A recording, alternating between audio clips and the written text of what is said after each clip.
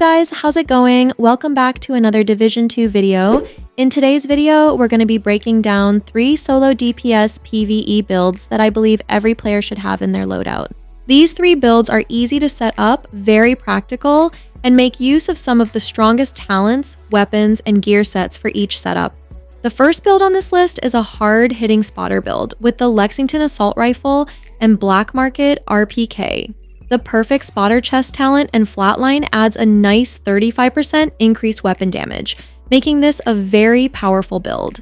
And in addition to that, this build also utilizes the unstoppable force talent, which will add an extra 25% weapon damage at full stacks. This talent is a great addition and helps sustain the high damage. So this is a great build for open world farming, and it will make clearing heroic difficulty content a whole lot easier as well. The next build on this list is a one-shot marksman rifle build.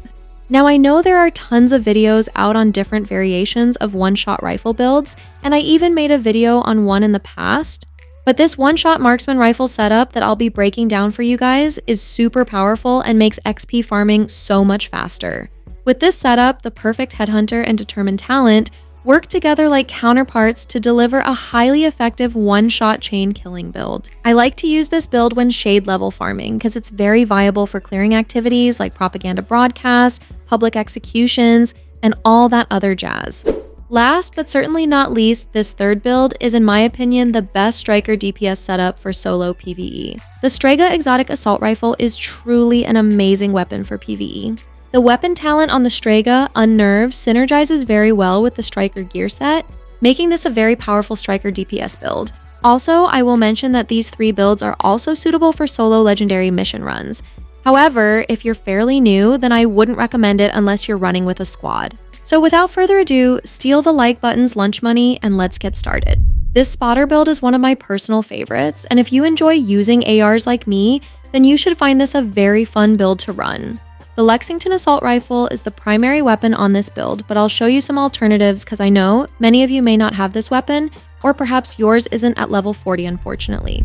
So for the primary weapon, the Lexington with the talent flatline, and for those who didn't know, flatline will basically amplify weapon damage by 15% to pulsed enemies. So this is a wonderful talent to use for added weapon damage, especially if you're running spotter.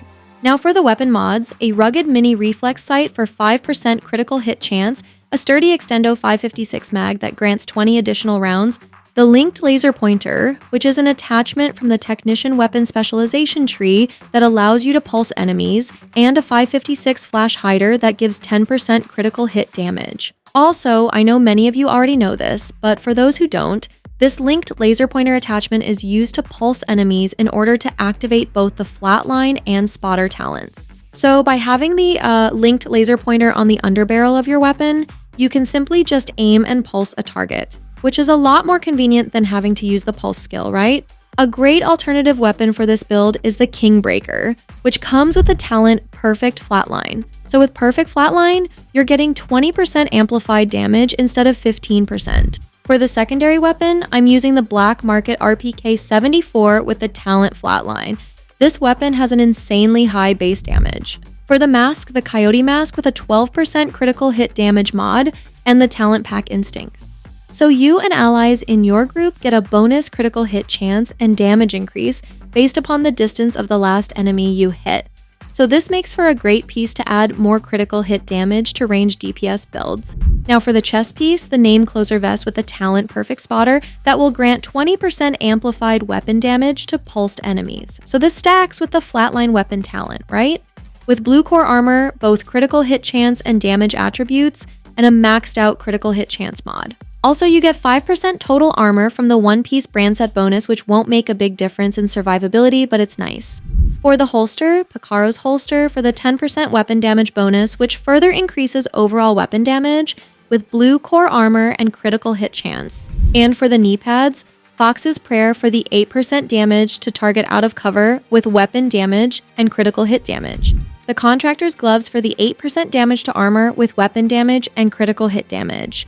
And last but not least, a Grupo Sombra backpack for the 13% critical hit damage one-piece bonus, rolled with weapon damage, both critical hit chance and damage attributes, and another 12% maxed out critical hit damage mod. For the talent, Unstoppable Force will basically increase total weapon damage by 5% for 15 seconds. This stacks up to 5 times, so at full stacks, that's an added 25% weapon damage. For the weapon stats, 45% critical hit chance and 152% critical hit damage on the Lexington, and 50% critical hit chance with 142% critical hit damage on the RPK. So now for the skills, I'm using the Ballistic Crusader Shield, which is very easily one of my favorites to use for PvE because it just helps by providing you cover while you're on the move. NPCs damn near have perfect aim, and some of them don't believe in reloading, so the Crusader Ballistic Shield is super helpful. For the secondary skill, I'm using the Decoy, but you can use whatever you like, but if you're running solo, then I recommend using the Reviver Hive in case you go down. And for the shield skill mods, a 1% damage bonus mod for the circuit board slot, 4.9% active regeneration for the hard coding slot, and a 5% damage bonus for the gyro slot. And for the decoy, 7.5% health and duration. And for the weapon specialization, again, I recommend using Technician for the linked laser pointer attachment. Now for the season modifiers, I'm currently using the Reversal Active modifier. However, it isn't required, so feel free to use any of these other two if you'd like. Now for the passive modifiers, Retribution, By the Teeth, and Persistence are all viable. Retribution is great because you will build stacks up to 100 for shooting enemies within medium range. Each stack will increase your critical hit chance by 0.5%, so this works very similar to the Strained Weapon talent. Now I don't have any of these unlocked yet, but I will be using these 3 when I do. Okay guys, this second build is one that I believe everyone should have in their loadout, like regardless of the variation, and that's a one-shot rifle or marksman rifle build. Having a one-shot rifle build is great for speed clearing open world activities such as control points, propaganda broadcast, public executions, and more. These activities can be completed fairly quickly and will reward you with a significant amount of XP, but with a one-shot rifle build, you can clear these activities twice as fast. So this is a 4-piece hotshot build, and I'll get to the gear pieces in a second, but for the weapon, I'm using the SRS A1. Now, I did craft this weapon, so it's the replica, but if you have the original, it will work just as well. So 10% damage to target out of cover for the attribute and the talent determined. So after killing an enemy with a headshot, the next shot landed on any enemy will be a guaranteed headshot. So regardless of where you shoot an enemy, after that initial headshot kill, it will count as a headshot, even if you shoot their foot. For the weapon mods, a reflex sight for the optic rail that gives 12% weapon handling, a tightly packed marksman mag for the 5 extra rounds, which is super helpful, a vertical grip for a nice 30% accuracy bonus, and a loud vent brake for a 50% optimal range bonus. For the secondary weapon, the Scorpio is great to have for crowd control and to help combat any annoying rushers. For the mask, the hotshot mask with weapon and headshot damage, and a 10% headshot damage mod. Also, having 2 pieces of the hotshot gear set will grant 30% marksman rifle damage and weapon handling, while 3 pieces will give a 30% headshot damage bonus. And 4 pieces will unlock the gear set talent, Headache. So the first headshot with a marksman rifle will increase the next headshot damage by 20%, and a second consecutive headshot with a marksman rifle will give a 10% bonus armor. And when you're at full armor, this gets bumped to 50% of your current armor value. And the third consecutive headshot will refill the magazine, so you won't have to worry about reloading, which is nice. For the chest piece, I'm using the named Walker Harris vest, Chain Killer. This vest comes with the Talent Perfect Headhunter, which is essentially the main driving force for this setup. After killing an enemy with a headshot, your next weapon hit within 30 seconds deals an additional 150% of that killing blows damage. Damage is capped to 800% of your weapon damage. However, that gets raised to 1250% if your headshot damage is greater than 150, so this talent works hand in hand with Determined. And since this is a Walker Harris piece, you get 5% weapon damage from the set bonus, with weapon damage, critical hit chance, headshot damage, and a maxed headshot damage mod. For the holster, 15% weapon damage and 10% headshot damage. And for the knee pads, weapon damage and headshot damage. For the gloves, again, both weapon damage and headshot damage. And for the backpack, 1 piece of the Zuiadoka brand set for the 15% magazine size, which helps, and weapon damage with critical hit chance, headshot damage, and a 10% headshot damage mod. For the talent, concussion is nice because headshots will increase total weapon damage by 10% for 5 seconds for marksman rifles, and 1.5 seconds for any other weapon category. In addition, headshot kills will increase total weapon damage by 15% for 10 seconds. And once you get that first initial headshot kill, and since shooting an enemy anywhere else will count as a headshot, that 15% weapon damage gets activated on every kill. For the weapon stats, 266% headshot damage, since that's the only attribute that really matters with this build. As long as your headshot is over 150%, you should be good. Because remember, with the Headhunter talent, your damage cap gets raised to 1250 if your headshot is greater than 150. And for the skills, I'm using the Reviver Hive and Decoy with the Sharpshooter specialization. The Sharpshooter specialization adds 15% headshot damage to both rifles and marksman rifles.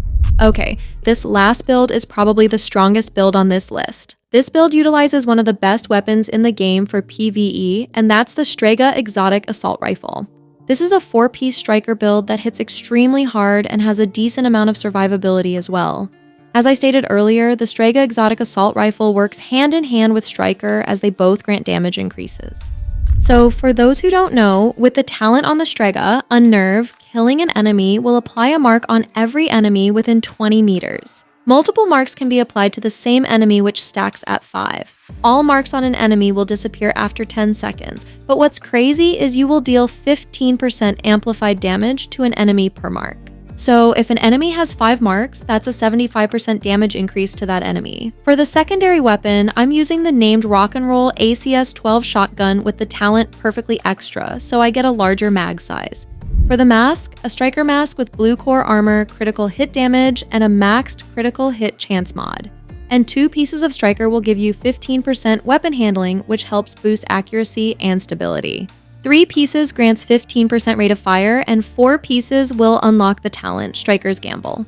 Many of you already know this talent, but for those who may not, weapon hits will basically increase total weapon damage by 0.65% per shot, stacking up to 100 times. For the vest, 1-piece Fenris Group AB for an extra 10% assault rifle damage from the set bonus, rolled with blue core armor with both critical hit damage and chance, and a 6% critical hit chance mod. For the talent, Obliterate is great and critical hits will increase your total weapon damage by 1% for 10 seconds, stacking up to 20 times, so that's another 20% weapon damage. For the holster, a striker holster with weapon damage and critical hit chance. Striker knee pads with weapon damage and critical hit chance. And striker gloves with weapon damage and critical hit damage. Last but not least, for the backpack, I'm using Memento. Memento is starting to become my favorite bag for PvE because of its viability. So first off, this piece comes with all 3 core attributes, so weapon damage, armor, and skill tier. And the talent kill confirmed is what this bag is all about. So briefly for those who don't know, enemies you kill will drop a trophy on death.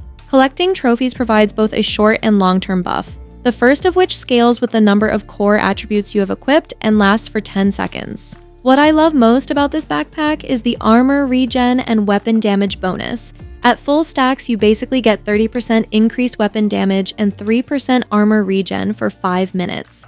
And what's cool is that the timer refreshes every time you collect a trophy, so you can keep the long-term buff active for a prolonged period of time.